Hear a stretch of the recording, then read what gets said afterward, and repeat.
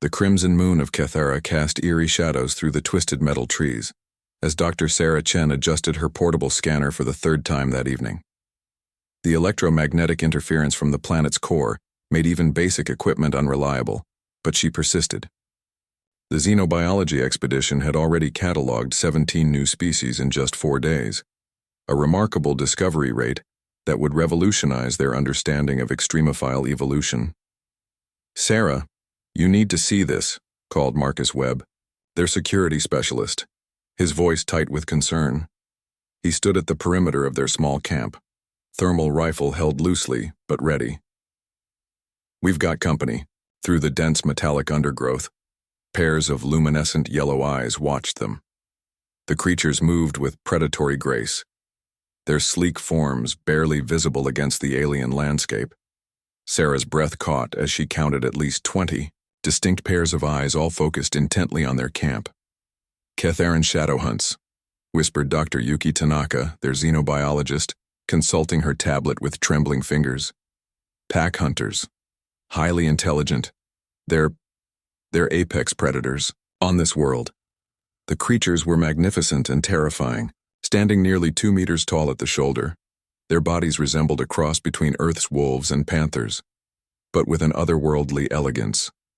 Bioluminescent stripes pulsed along their midnight black fur, creating mesmerizing patterns that seemed to shift and dance. Most unsettling were their eyes, not just reflecting light, but genuinely glowing with an inner fire that spoke of intelligence far beyond mere animal cunning. Marcus raised his weapon slightly, but Sarah placed a gentle hand on his arm. "Wait," she said softly. "Look at their posture. They're not stalking prey, they're curious." The largest of the shadow hunts, clearly the pack alpha, stepped forward into the camp's illumination. Its massive head tilted as it studied the humans, and Sarah could swear she saw calculation in those burning eyes. The creature's gaze swept over their equipment, their shelter, their campfire, cataloging everything with scientific precision. "It's studying us the same way we study specimens," Sarah murmured, her fear transforming into wonder. "This isn't a hunt, it's reconnaissance." The alpha made a sound, not quite a growl, not quite a purr, and the pack shifted closer. Sarah noticed something remarkable. The creatures moved in formation, but not the tight, coordinated pattern of pack hunters surrounding prey. Instead, they approached with the disciplined curiosity of researchers. Dr. Tanaka's scanner chirped softly, detecting complex electromagnetic patterns. "Sarah, you're not going to believe this. They're communicating, actual language patterns. The electromagnetic signatures are incredibly sophisticated." The alpha shadow hunt approached Dr. Chen directly, stopping just beyond arm's reach. Its head lowered slightly, not in submission but in what appeared to be a respectful greeting. Sarah felt her heart racing as she slowly extended her hand, palm open and unthreatening. The creature's response surprised everyone. It lifted one massive paw and gently touched her palm, a deliberate, unmistakably intelligent gesture of contact. The moment their skin touched, Sarah felt a subtle vibration, almost like a low-frequency hum. The creature's bioluminescent stripes pulsed in a complex pattern, and suddenly the electromagnetic interference that had been plaguing their equipment cleared. "The interference is gone," Marcus called out, checking his instruments. "Whatever they're doing, it's actually helping our equipment function." Dr. Tanaka was practically vibrating with excitement. "They're modulating the planetary electromagnetic field around us. That level of biotechnological sophistication suggests—" The alpha stepped back and made another complex sound.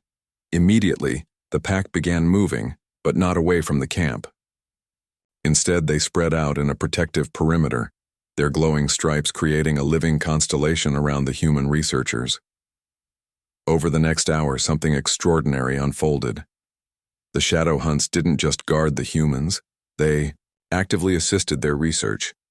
When Sarah struggled to collect samples from a particularly tall metallic tree, a pair of the creatures worked together to bend the branches within her reach.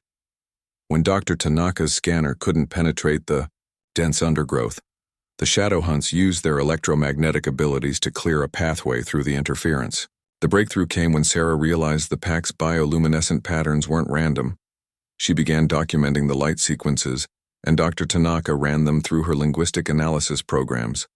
The results were staggering. "They're sharing scientific data," she announced, her voice filled with awe. "These patterns, they're describing the local ecosystem, identifying which plants are safe, which areas to avoid. They're giving us their accumulated knowledge of this environment." The Alpha approached Sarah once more, this time carrying something in its mouth. Carefully, it placed the object at her feet. A perfectly preserved specimen of a rare crystal, formation that their geological survey had been seeking for days. The creature's eyes met hers, and in that moment Sarah understood. This wasn't just intelligence, this was scientific collaboration between species. As dawn approached, the pack began to withdraw, but they didn't leave empty-handed. Throughout the night, Sarah and her team had shared their own discoveries, showing the creatures their scanning techniques, their sample preservation methods, their data recording processes. The shadow hunts observed everything with intense interest, their electromagnetic communications growing more complex as they absorbed the information. The Alpha approached for a final exchange. Dr. Chen offered her spare scanner, a simple gesture of reciprocity.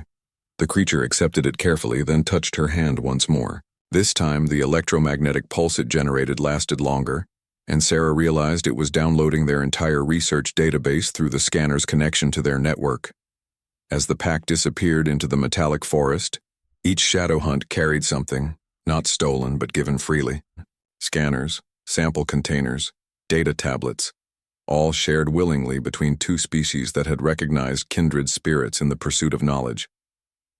Dr. Tanaka looked at her readings one final time. The electromagnetic patterns they left behind, their instructions, coordinates to other research sites, probably places where we can find specimens they think we'd be interested in studying. Sarah smiled as she watched the last bioluminescent stripes fade into the forest. "First contact," she said softly, "wasn't about conquest or fear. It was about what makes us human. Our curiosity, our willingness to share knowledge, our capacity to see potential friends where others might see only predators." The predator pack had indeed surrounded the human camp, but they left carrying something far more valuable than prey. They carried the beginning of an interspecies scientific partnership that would reshape both their worlds.